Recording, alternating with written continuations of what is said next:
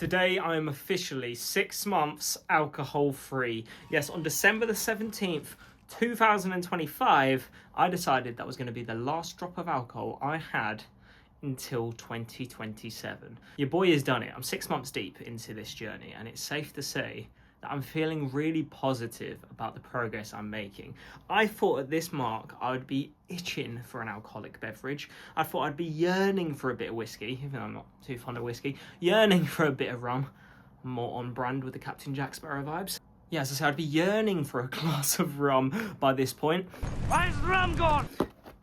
But in fact, I'm actually in a situation where I'm really thankful for the fact that my pain is way more manageable, even though I'm still having my days, don't get me wrong. I'm definitely falling over. Well, I'm not falling over less, but I'm not having as bad of falls as I did when I was drunk and I'd wake up covered in bruises and all the other stuff. But most importantly, I'm not consuming a neurotoxin and poison that is devastating my health long term, which is a real positive. And this is not to say alcohol's bad all in all. I mean, it's not great for you, but in moderation, it's not the worst thing in the world. But for me, making this step was actually a really positive thing. So I thought at the 6 month mark, it's important to check in with how the journey's gone. Because it's not just been me quitting alcohol. It's also been me replacing alcohol with tea. If you've watched the previous video that links to this one, called Tea versus Alcohol, a Gen Z tea journey, then you should definitely go check that video out because that gives this one a hell of a lot of context. So now you've done that. As I'm 6 months sober, I thought it would be cool to tell you the top 10. This is 10 for me because I only have one arm. And these are the top 10 facts that I've learned after 6 months of being alcohol free. Number 1, I'm quite literally reshaping my brain. Yes, after 6 months of being alcohol free, your neuroplasticity is going wild. As alcohol is a neurotoxin, it damages the white and grey matter in your brain. And after 6 months of not drinking alcohol, there's a huge reversal of all the damaged tissue, which means not only is your brain rebuilding, it's also rewiring so you become a better person. This links to fact number 2. Being 6 months alcohol free means your dopamine circuits are starting to heal as well. Yes, alcohol triggers your reward pathway and gives you a feeling as if you've achieved something, even though you haven't really, unless you class being drunk as achieving something. Who knows? When I was 16, that would have been a classification. Not only does this mean that you're not going to get as much buzz from the alcohol in the future, so it's not going to feel as rewarding when you drink, but it also means that everyday tasks are going to feel more rewarding. Not only is your brain dancing, but your liver is dancing too, and this is where we get to fact number 3. All the fat in your liver will slowly start getting eaten by your body. Yes, when you drink alcohol, you build up a fatty liver. This can cause all sorts of health concerns, so luckily for me, my liver is very thankful for the last 6 months. Some people experience post-acute withdrawal symptoms, also known as pause. I didn't really experience this, but if you're a long-term drinker and you stop drinking alcohol, you might notice some withdrawal symptoms. But at the 6 month mark, I'm happy to say you won't be feeling this no more. Number 5 is really important to me. My immune system finally got the upgrade it needed. Yes, alcohol destroys your immune system. And given that I'm chronically ill and my immune system's always in fight or flight already, didn't need any more influence to have any less function. It means my immune system's cellular response has become a lot more prompt, and at 6 months is fully restored.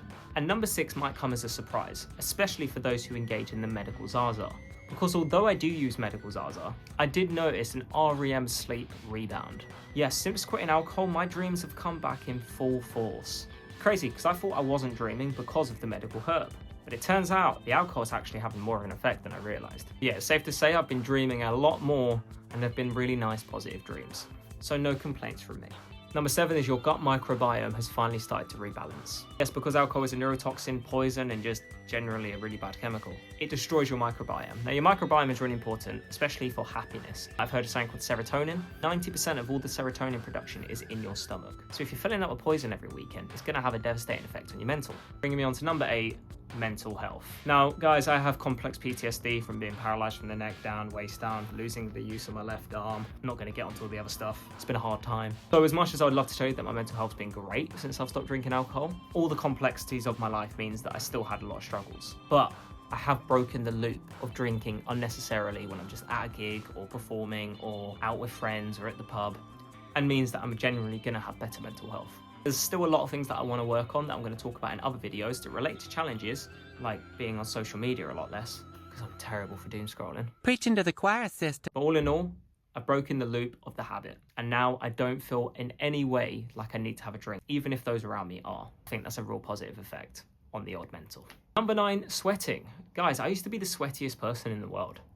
Like, don't get me wrong, when I go to the gym, I still sweat more than the average guy, but I didn't realize that the majority of this was due to alcohol. It was my body trying to flush out all of these toxins, all of these poisons, all of these things it knew it didn't need. Unexpected thing that I've noticed since stopping alcohol is the amount I'm sweating. It's a lot less now. Makes me a lot happier, and my washing machine. And the last one, which I think is really important, number 10, is that I've reclaimed a lot of my life back.